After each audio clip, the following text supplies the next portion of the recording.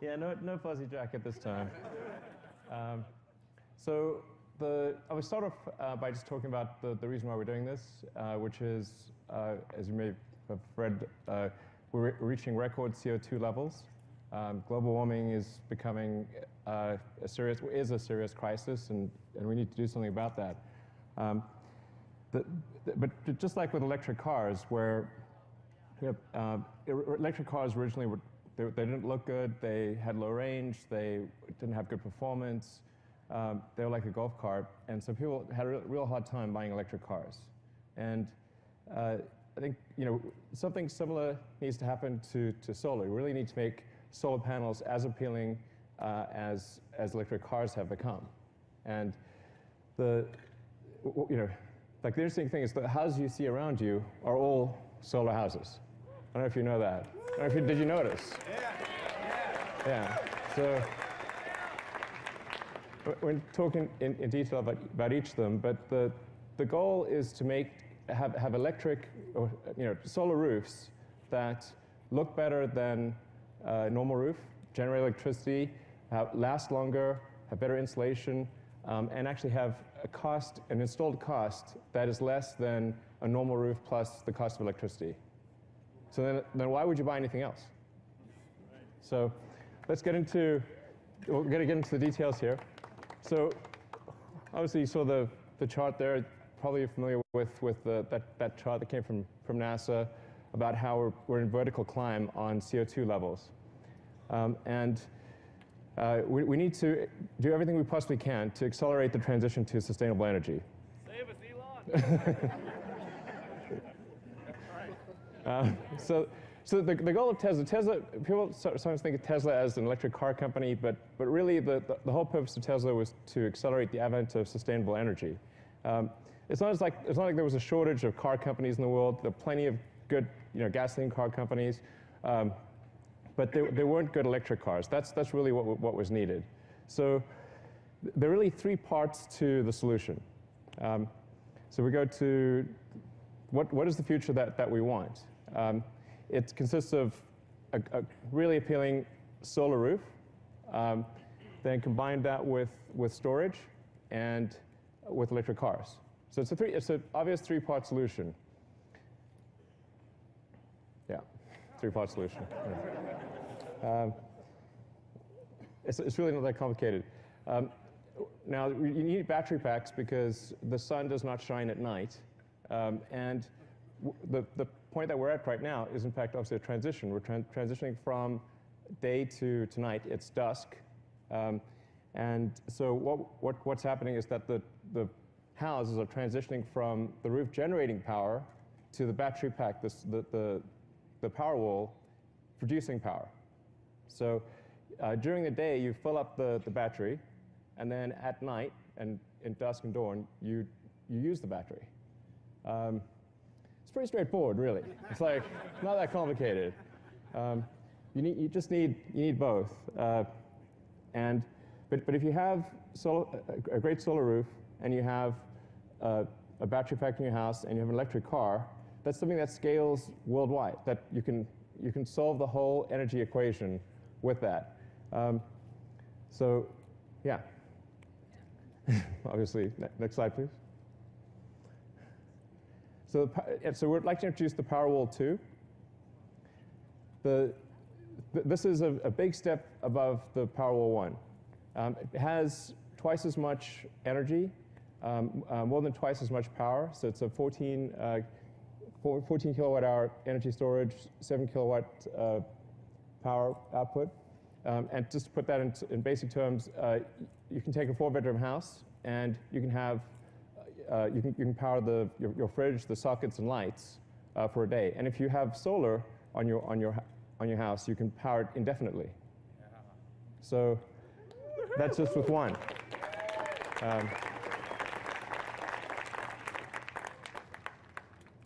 And then on the utility side, we've got the Power Pack 2, which similarly doubles the energy. So it's a 10 kilowatt hour capability, 50 kilowatt power output, and this can scale to unlimited size. So it's In fact, we've recently announced the biggest utility battery installation in the world, which is going to be with Southern California Edison. Let's go to the next slide. So we have an 80 megawatt hour battery installation that's being built right now. So, and then we announced one earlier this year, which is for a utility in Hawaii doing 52 megawatt hours. You're going to see a lot more of these announced over time. And I think it's important to make sure people appreciate that the solution is both local power generation and utility power generation. It's not one or the other.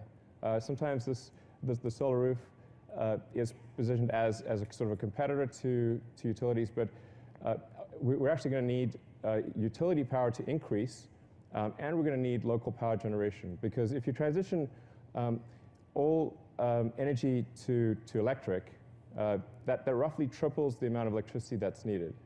So you need about a third for transport, about a third for heating, and about a third for what we currently use as electricity. So the future is bright for utilities and for local power generation. I would expect it to be roughly a third local power generation, roughly two-thirds utilities. So I think it's a very bright future for utilities and for rooftop. So let's take a look at some of these roofs. As I mentioned earlier, what we're really looking for here is how do we have a solar roof that is better than a normal roof, that looks better, lasts longer, has better insulating effect, and where the cost of roof plus electricity is less than that of a normal roof. Now, this is sort of the integrated future. You've got a electric car, a Powerwall, and a solar roof. And the key is that it needs to be beautiful, affordable, and seamlessly integrated. And then if all those things are true, why would you go any other direction?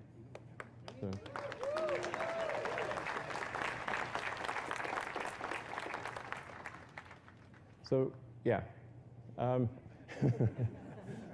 we're going to show you, this is the before shot of that house over there. So that's what it looked like before. Now that's all solar. Yeah. I think we've got some close-up shots that we can show.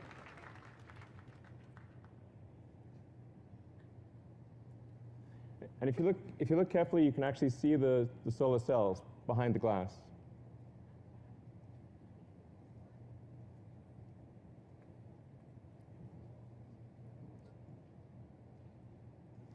And I'll actually pick up one of these so you can show you what I mean.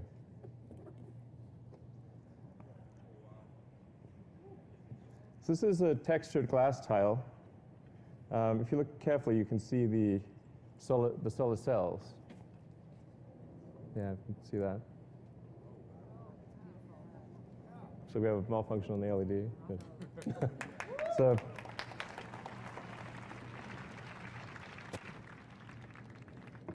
let's take a look at the next house. Right, so that house is also solar, and that's a sort of a style of a French slate, which is one of the hardest things to do. It's considered one of the best roofs you can possibly do as a conventional roof. So we said, well, can we make a French slate roof that's solar that looks as good or better than a conventional French slate roof? And we're able to do that as well.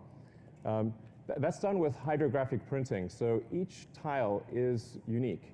So the production process itself makes each tile special and unique, a sort of special snowflake tile. But the nice thing is that no two roofs will be the same. So it's not just cookie cutter. You can take any two roofs like that and they will look different because they are different. So.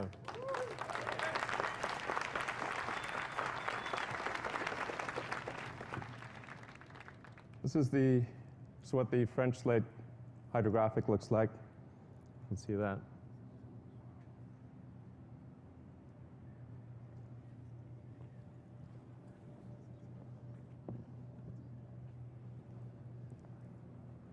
And then the third house is really transformative. Because believe it or not, that's what it looked like before.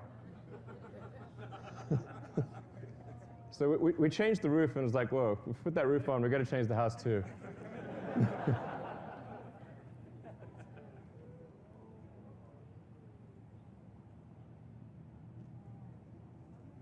So that tile is more of a modern look.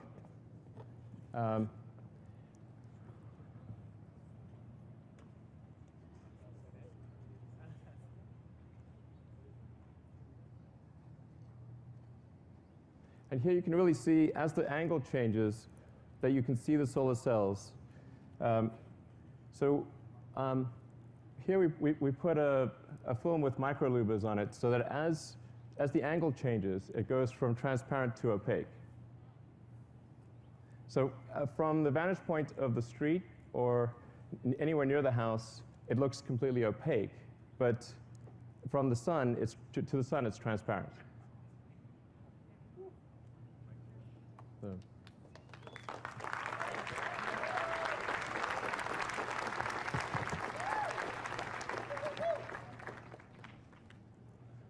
And then probably the most surprising one is the Tuscan glass. So this is also solar panels. But we've put two versions of the Tuscan glass approach. All of the dark tiles have solar panels. So we interleave dark and light, and then the dark ones are the ones with solar panels.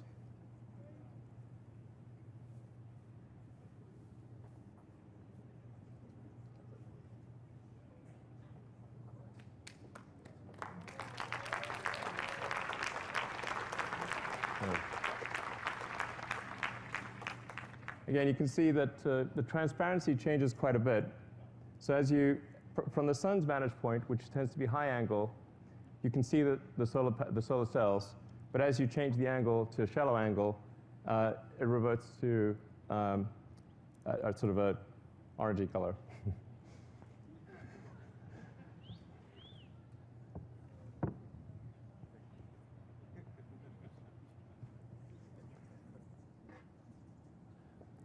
So one of the other advantages of glass is that we can actually make it a lot tougher and last a lot longer than a conventional roof. So we just, as a demonstration video, show you what happens if you drop a big weight on a conventional roof tile and one of our glass tiles.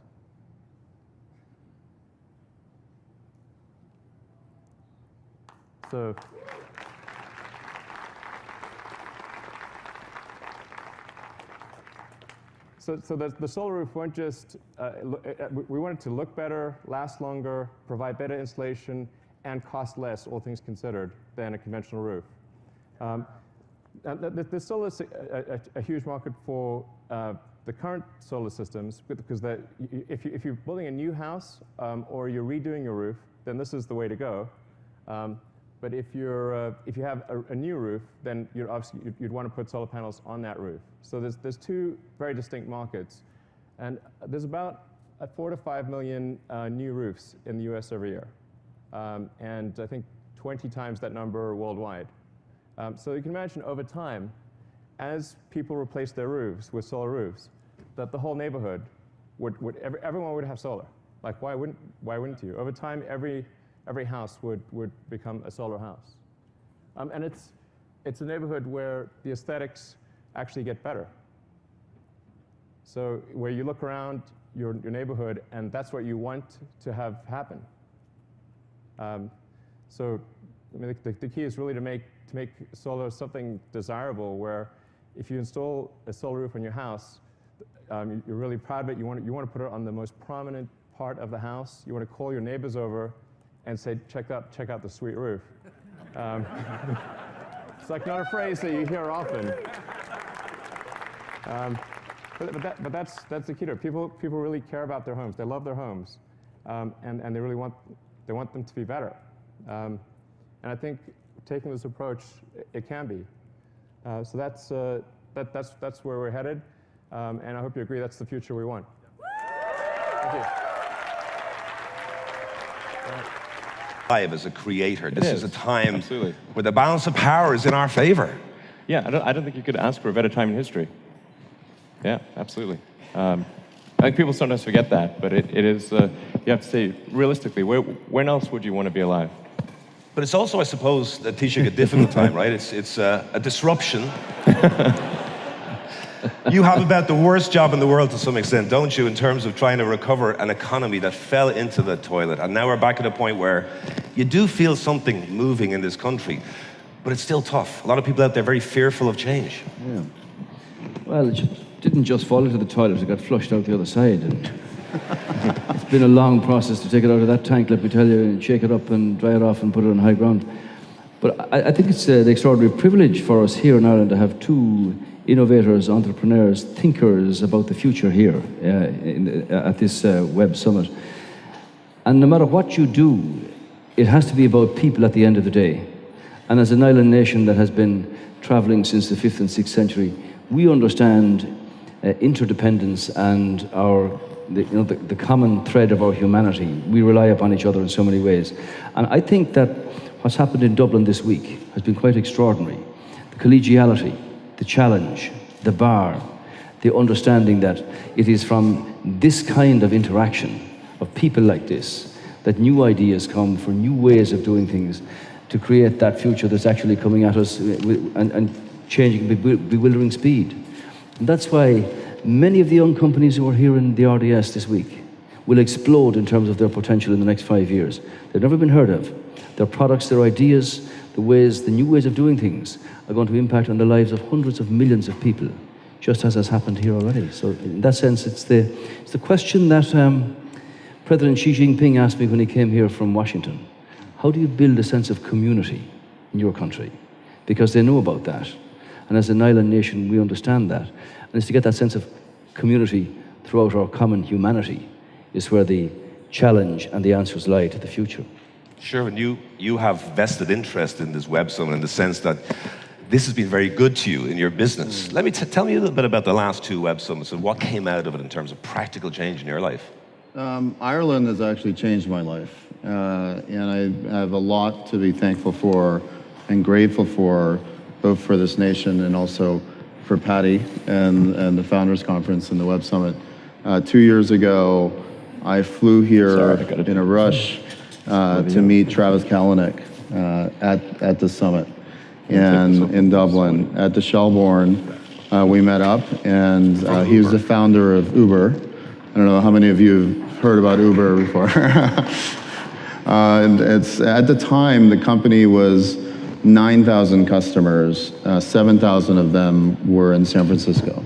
So it was still a very small company. And it was a hotly contested investment, lots of competition. If I hadn't come here, I wouldn't have won that investment. I wouldn't have had the blessing and the privilege to be involved.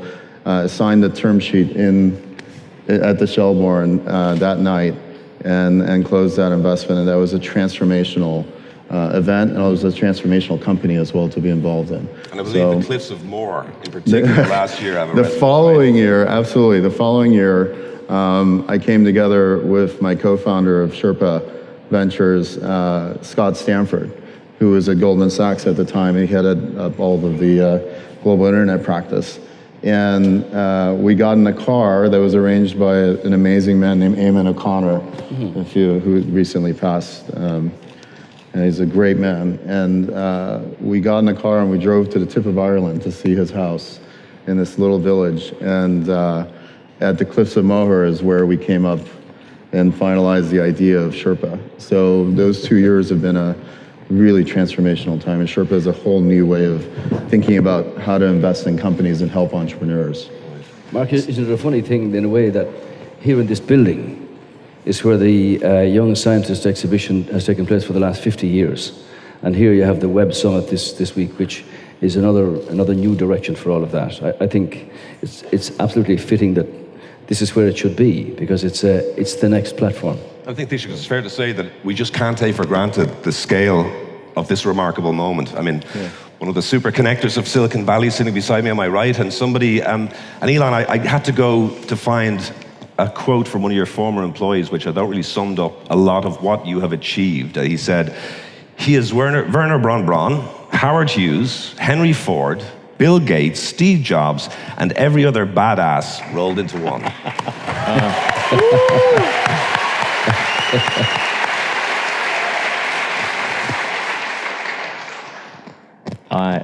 Yeah, that's probably a bit generous. But talk about generosity. Now, you are moderately busy running $2 billion companies that are stretching the boundaries of space and time and energy. And you came to Dublin. What was the attraction of this event this time? I understand there's really going to be a great party tonight. I think you missed it. It was last night. Yeah, no, I wanted to come back to Ireland for a while. Last time I was here was about a third of a century ago. I was like 7 years old, and had a great time as a kid. Been wanting to come back for a long time, so this was a good opportunity to do so. Don't leave it so long next You time. keep coming back here, you hear me? Absolutely. We need you. We need you.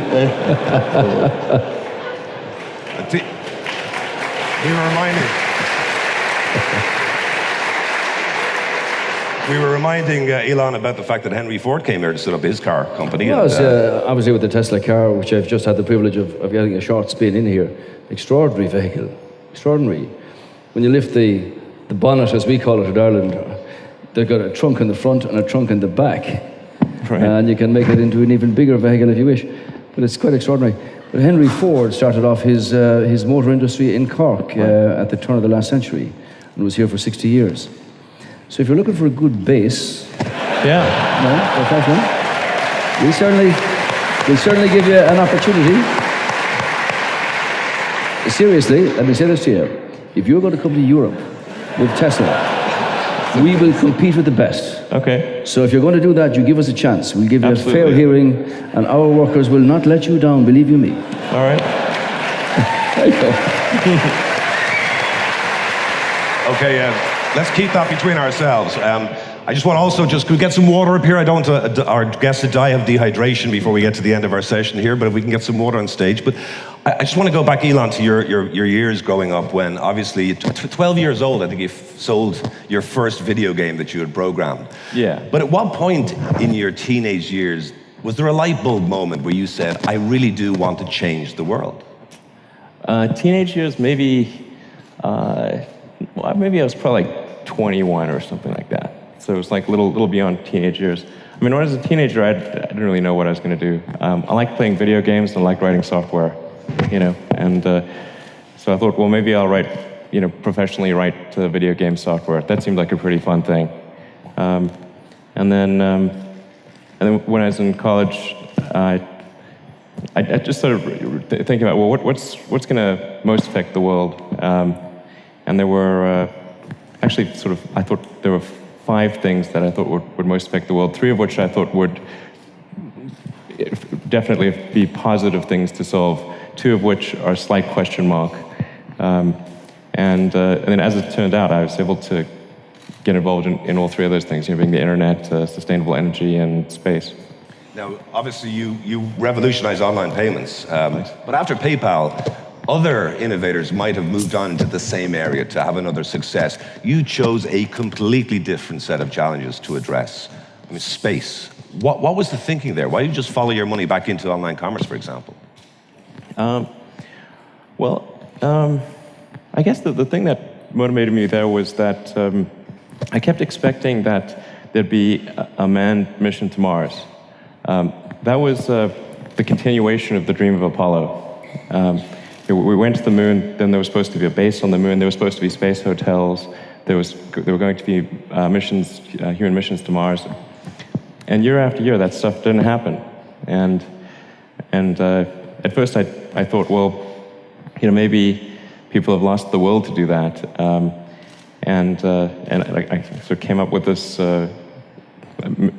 idea to do a mission to Mars to kind of get people excited about that stuff again. But I came to the conclusion that I was actually wrong about that assumption. And there's plenty of will, and it's really about making sure that there's a way. If people think there's a way to do it without bankrupting the economy, I think there's plenty of will. And so that started SpaceX to try to improve rocket technology and you just do as much as we can to advance that towards eventually, I'm not saying we'll take people to Mars, but we want to try to move things forward as much as possible. What I'm fascinated by was you started out to try to get people excited again in space, and then you ended up with this fact. There are only 4 entities that ever sent a space capsule into space and brought it back: US, Russia, China, Elon Musk.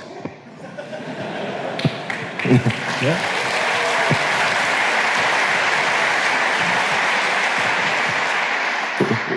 I have a lot of really great people at SpaceX. Yeah, and we've got an awesome team at SpaceX, and actually I think one of the things that isn't recognized is that, there's way too much attention paid to me, and it's really, that's not right. I mean, people want to focus, they want to identify with an individual, and so that sort of naturally is what occurs, but there's a super talented group of people at SpaceX who make it happen. You've done something remarkable in a couple of years, but can I just take you forward, let's say, 20 years? In your mind, what is your vision for humanity in 20 years' time, and particularly about space exploration? Well, I think the thing that would be really great is to have a base on Mars, and to ultimately and be making steady progress towards having it be a self-sustaining civilization on Mars. I think that's the most powerful thing we can do to ensure the long-term survival of civilization. And it's just a very exciting future, I think. If you imagine a future where we're out there exploring the stars, and we're a multi-planet species, the scope and scale of society is that much greater. I find that sort of view of the future really exciting and inspiring. And there need to be things that are inspiring. There are lots of problems on Earth, and we'll always have problems on Earth, but there also need to be things that are inspiring, that make you want to get out of bed in the morning. And having a bright future in space, I think, is one of those things.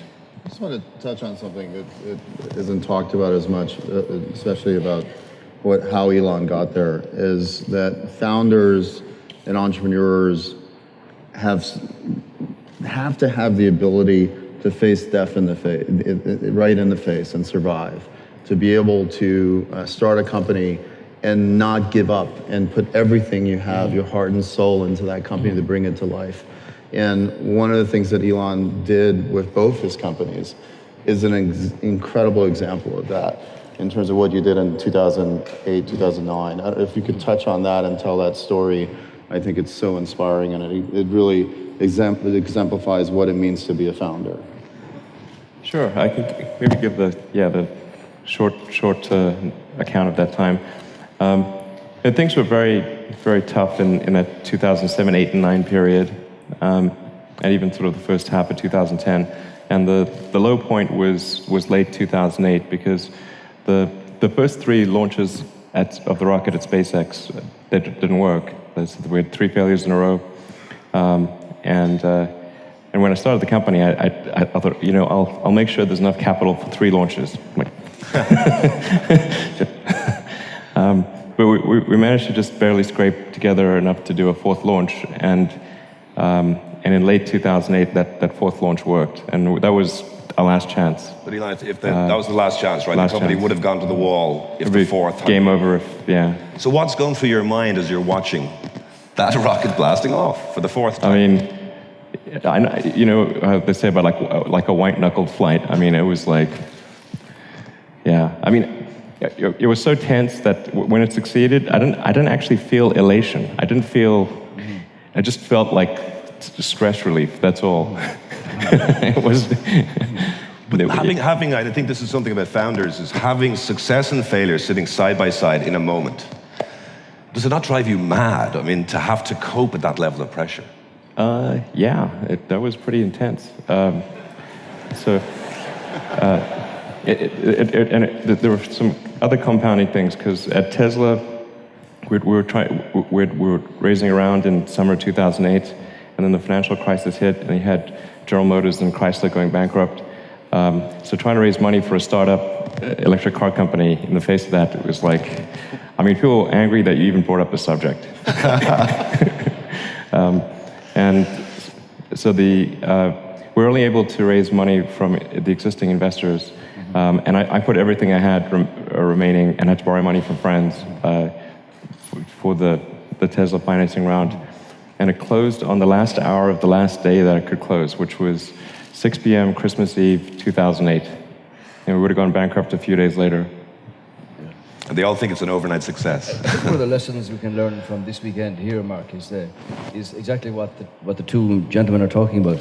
And that's to have a culture of not being afraid that something might go wrong, that something might fail. And I think for all the young people in the country who are our future, really, it's from a political perspective, it is to open the doors of opportunity and give them that chance to build their dreams. They won't all work, obviously, but it's to kind of encourage them not to be afraid to follow that, and if it doesn't work, that you start again. We've had the wrong view about that in this country for many years. I think that's something you see in Silicon Valley, that there's no fear of failure. But culturally in this part of the world, true. No? I think there's fear of failure. I certainly have fear of failure, you know. But it didn't stop you. No. But I think it's an inherent thing, though. Like when Irish people have gone away and they've gone all over the world, you know, they might try 3 or 4 ventures before something actually works in the way they want. But in a confined island, the tradition has been, if it goes down, well, that's it's a bad mark against you. That shouldn't be the way. And when I find going through the secondary schools and the colleges of technology and the universities, there's a different attitude, and that's inspired by people like what you do. I'll touch on fear a little bit, because it's one of the things that I've realized is fear is finite, hope is infinite. And I think what's happened in Silicon Valley is that, as Elon said, we are afraid of failure, but it doesn't stop us from trying, because we hold on to the hope that we will finally actually succeed, regardless of the 3 failures that happened in those rocket launches. You were hoping that 4th would work. And I think the mentality has to be that failure is actually an option. It is an option. And in other places, failure is not an option. And that we look up to people who actually fail, but they keep going forward.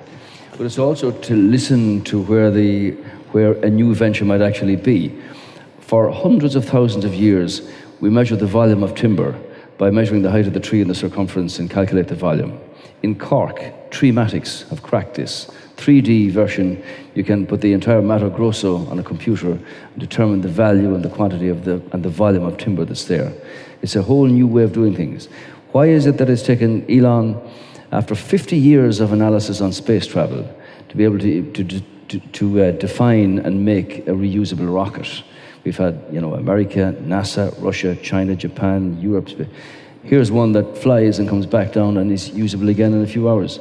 And as he said himself, it cuts the cost by over 100-fold, which is incredible. Can I ask a question? It seems to me that in many ways, Elon, you relish the status of outsider. I think you're talking about how you're fighting to get this program, the space program, together, and you said it was like a little child wrestling sumo wrestlers. And I thought it was a great image of you as an outsider.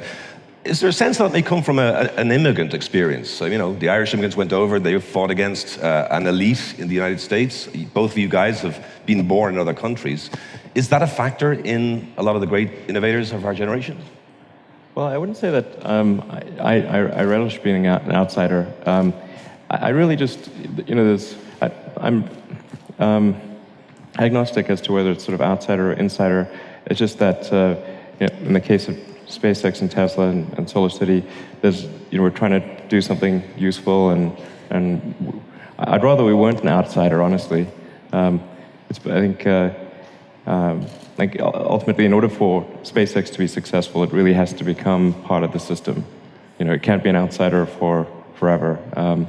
And I think we're gradually getting there for example, NASA is our biggest customer. That's about 1/4 of our launches are for NASA. We were launching GPS satellites and other things, weather satellites. And essentially, it's important to do useful things in kind of the Earth orbit arena in order to earn the money necessary to develop interplanetary transport technology. But being an outsider or insider, I wouldn't say is all that important, except to the degree that you don't want to compromise the fundamental goals and values of the organization in order to become an insider. Sure. Do you think there's a sense that there is a sense of that celebrating the iconoclast in American innovative culture? What defines a great innovator? What are the qualities you need? The great innovator is not following the crowd, is not following trends. It's thinking ahead of the curve, is having the kind of confidence to believe in your vision and to never give up on that vision. The greatest innovators that I've seen in my life, and I've been blessed to work with from Travis onwards and friends like Elon and seeing what they accomplish, what you notice in them is that they have an opinion. They actually have an opinion. They have a vision of their own. They're not influenced by a lot of outside trends. And they're trying to force that vision onto the world and shape the world in a new way. And they have the courage to confront any of the fears that they might have in the path to make that vision come true. Let's pretend Elon's not here for a moment. I know you're a very good friend of his. Some people do stand head and shoulders above others. I think it's fair to say it, Elon. What makes somebody like Elon Musk special, different, better? I think it's much of what I said is that ability to say, I believe in this and I'm willing to put everything I have on the line. It's something that I've seen many entrepreneurs that I've been able to be blessed to invest in do. It's something that I've had to do in my own life, is be able to say, here's everything I have and I'm putting it all on the table. And if you're not willing to risk everything, to again, face your fears, if you're not willing to do that, if you don't have the courage to do that, you can't stand up high and be someone that people can look up to and say, that's how I would love to live my life, both professionally and personally. I would say it's driven by the power of imagination. It was Einstein who said that imagination is the greatest force because it encircles the entire sphere. And for somebody like Elon to imagine something that's going to be different, and to have the conviction and the belief to actually follow it through, despite the naysayers or the cynicism. It is about making decisive moves and have the courage to follow that imaginative force, out of which may come success and may not, like his Christmas Eve in 28. But it happened. But it's driven by somebody having a view, a thought, an inspiration, an imaginative quality to say, this is what I believe in. And whether it be, Jacques Cousteau to the sea so many years ago on the whole marine business, or the evolution of space travel and where we're going and how to get there, and the impact of that on humankind, it's driven essentially by an imaginative quality. The personality of the person carries that, followed by belief and conviction and really good people to make that become a reality. And Elon, sometimes that puts you against the conventional wisdom. So I'm thinking now, while you were giving us ways to get out of off Earth and go and colonize other places and planets, you were also trying to make life better here. So the solar energy is a big focus for you, Tesla, obviously. How difficult was it to convince the United States, a public that is in love with the car, and we're talking about the gasoline-powered car, sure, to embrace the idea of an electric car? Well, it was tricky at first.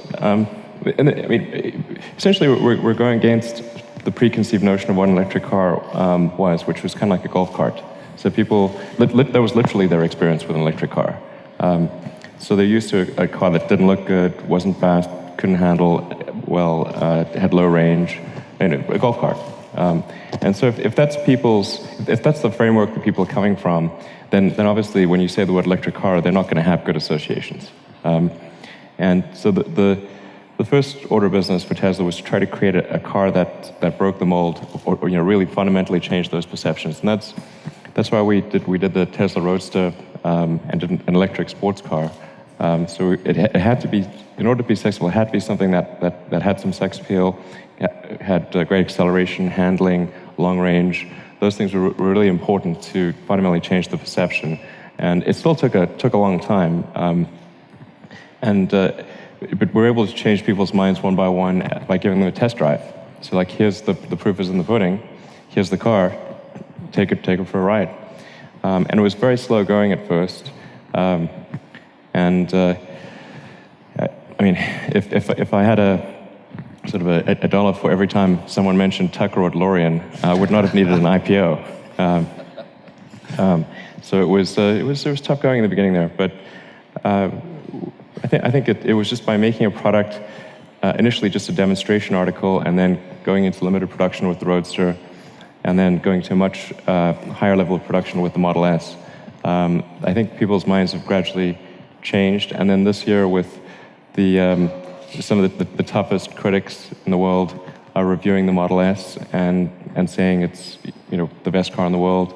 Consumer Reports gave it the highest rating they've ever given any car, and I think this year really has been a turning point. There's still a huge way to go because the number of electric cars going on the road is tiny still. I mean, there's almost 100 million new cars made every year. There's an existing base of about 1.8 billion cars. So even if all cars were electric, all new cars made were electric tomorrow, it would still take on the order of 20 years to replace the fleet. That car will sell very well in Ireland. I hope so. There's one for everyone in the audience, by the way. That only works if you're actually Irish and know the Late Show here. But when I hear you talking about the Tesla, it resonates with me what Steve Jobs used to talk about with the iPhone. The sense of intimacy with this, not just a product. And I've heard someone say that the Tesla will have the impact on personal transport that the iPhone had on telecommunications.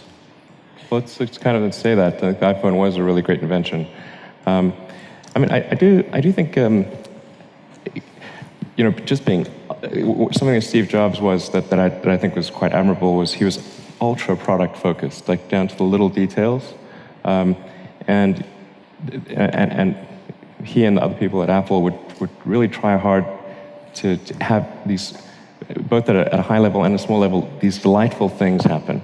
So the product was it just made you happy, and that's what we try to do with the Model S is just every little detail that we can think of to really bring joy to the owner of the car. That's what we want to do. And when can we expect it on the roads of places like Ireland or this part of the world? Well, we should have the right-hand drive version in production in March, so I would imagine late March, April, that time frame, I hope there's many people who will buy it in Ireland. It would be great. And listen, I can't ask you to come to Ireland and not give a bit of advice, perhaps, to the Taoiseach. I was tweeting out this week saying, anyone got some good questions? It was a great question from somebody which said, Elon Musk, if you were the Taoiseach of Ireland, could you give us 3 pointers of what you would do to make us, put us there on the digital frontier? The digital frontier, okay. Well, I haven't really thought about digital stuff for a while, but... Any frontier. Any frontier. Well,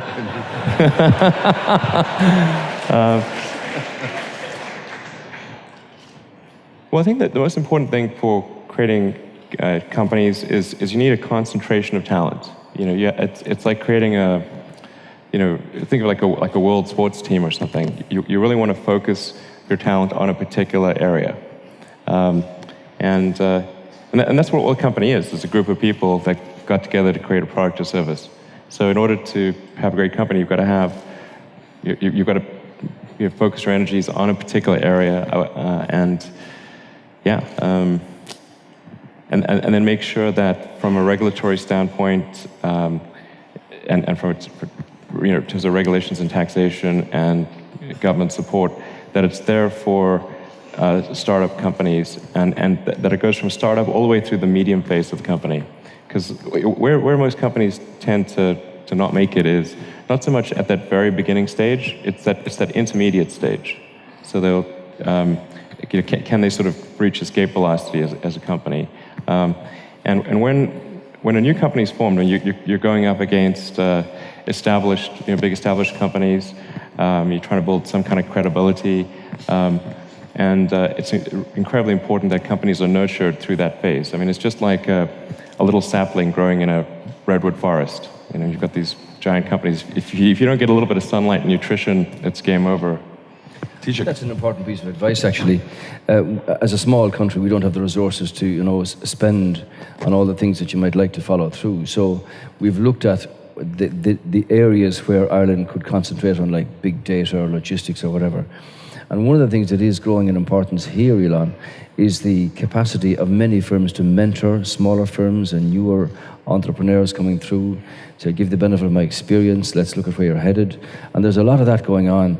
I think it's very true to say that the more you get them together, the more the challenge and the results actually come from that. And if you ally that to a sort of an openness to say, look, we're going to give you the opportunity to have a go at this. If it works, great. If it doesn't, we're going to start again.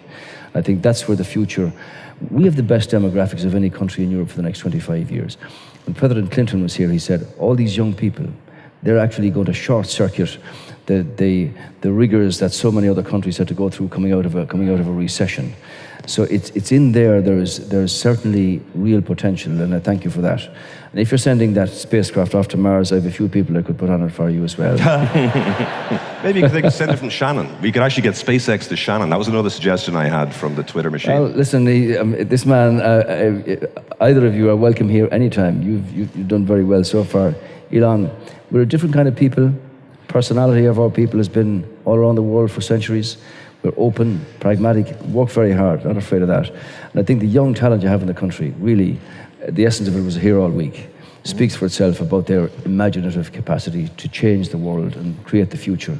And anything we can do as a sort of a catalyst for that is our responsibility to open those doors and let them follow their dreams and build them through to reality, as you have done and will do for the future.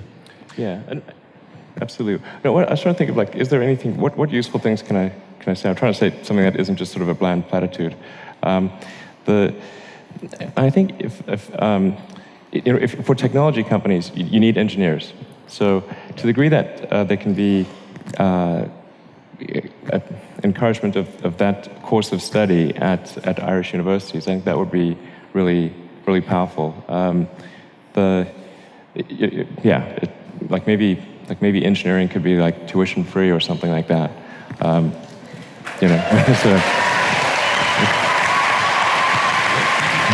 What do you think, Peter?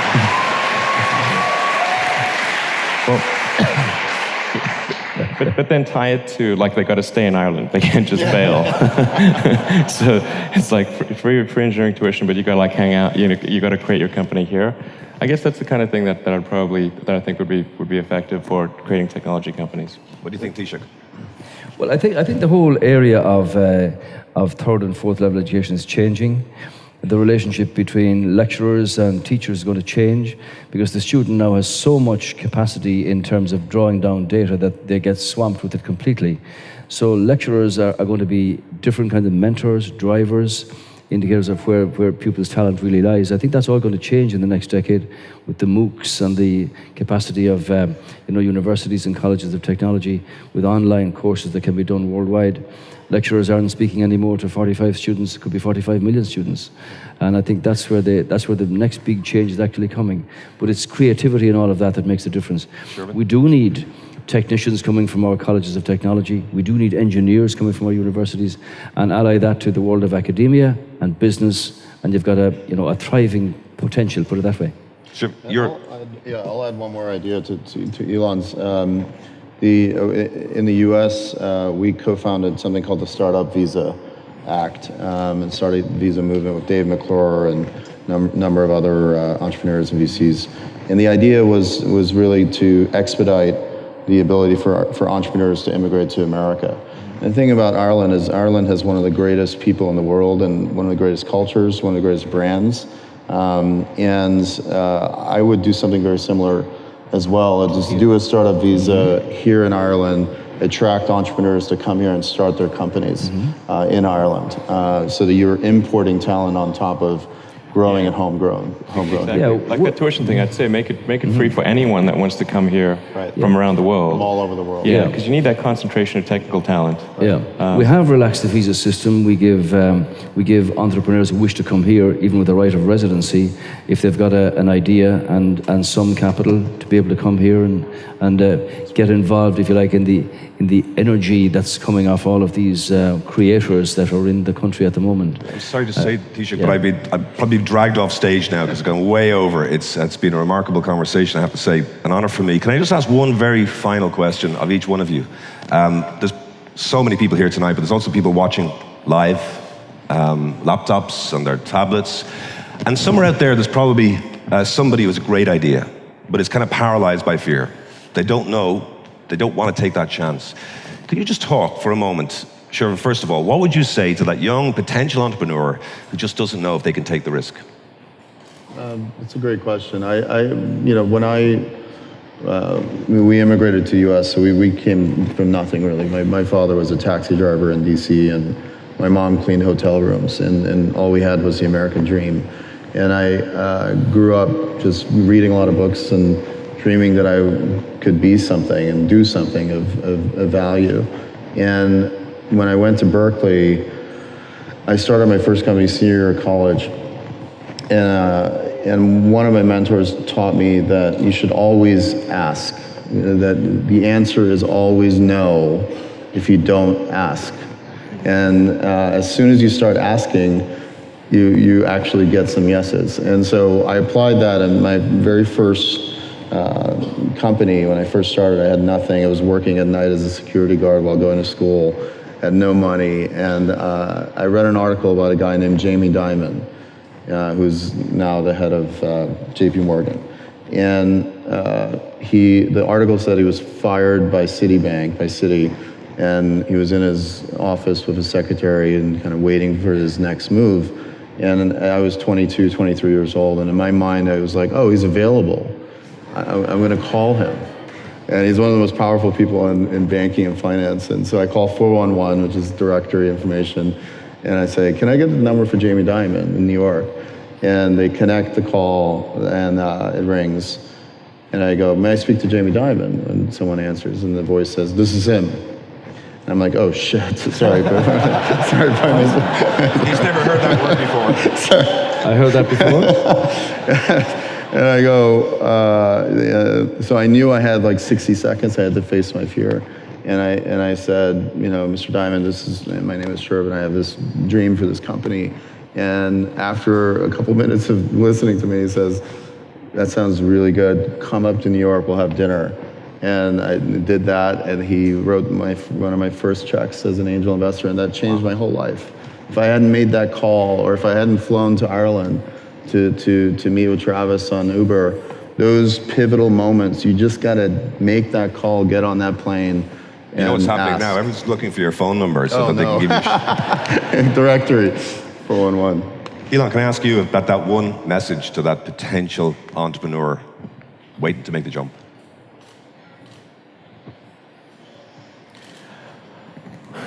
Well, certainly, I think people should ignore fear if it's irrational, and but even if it's rational and the stake is worth it, it's still worth proceeding. I'll say a few of the things that some people may have heard me say before, which is I think if you're creating a company and doing something new, it's important to reason from first principles, which is kind of a physics framework, rather than reason by analogy. Try to get as much critical feedback as possible from friends, and you have to ask, but you have to coax it out of them because they'll be reluctant to say it because they don't want to hurt you. But they know what's wrong with your product. You need to get it out of them. So. Yeah, thanks. I would think if somebody came to me, as they do occasionally, Mark, with ideas, I think I'd make arrangements to protect their patent because that's always an issue. But I think it's about giving them the confidence and the courage to follow through with it. Because if it's inside you, it's a bit like in my business, politics, if you don't deal with that, you grow into an old person bitter at not having had the courage to go and do it. So if an entrepreneur, an initiator, or somebody with an idea, if they don't follow it, it's always festers inside them, and time passes by and they miss the opportunity. We have no days to waste in life and no time to waste in dealing with the problems that we face. So it's about confidence and courage and giving people the opportunity to follow their dreams. I'm going to have to leave that as the last word, Taoiseach. And I want to say, I remember being told the Samuel Beckett line, that great line, he said, ever tried, ever failed, no matter. try again, fail better.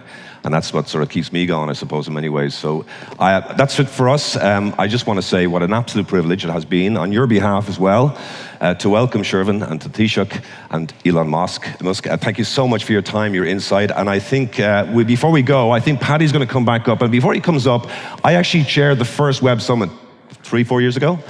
And by God, has it come on. And I just want to say that a huge round of applause to Paddy Cosgrave and the team of the Web Summit for doing this.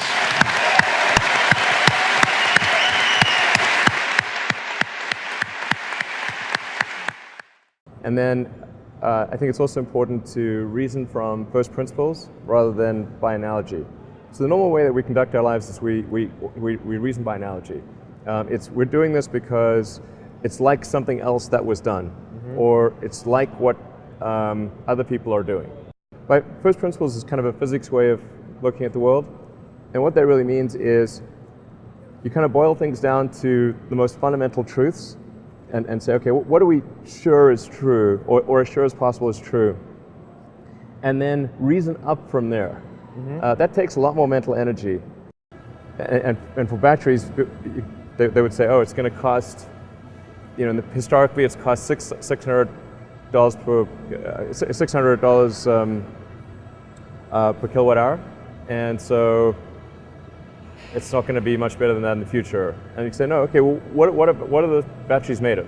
So first principles would be to say, okay, what are the material constituents of the batteries?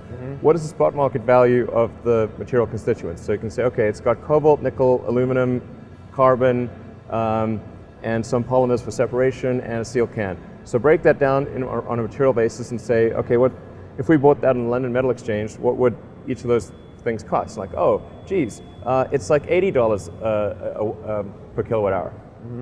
So clearly, you just need to think of clever ways to take those materials and combine them into the shape of a battery cell, and you can have batteries that are much, much cheaper than anyone realizes.